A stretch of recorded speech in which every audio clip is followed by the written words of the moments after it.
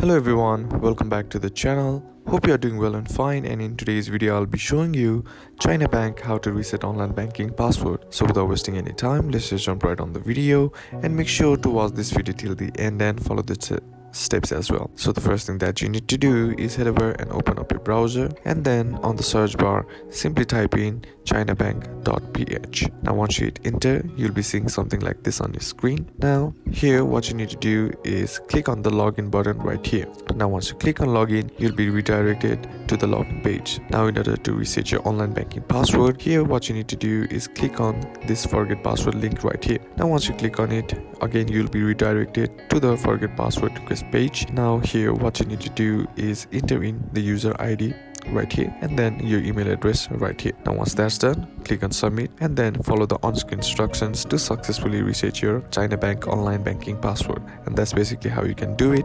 And that's it for today's video, guys. Hope this video was useful to you. Leave a like if you did, comment down below what the next video should be on, consider subbing to the channel. Thanks for watching. Bye bye.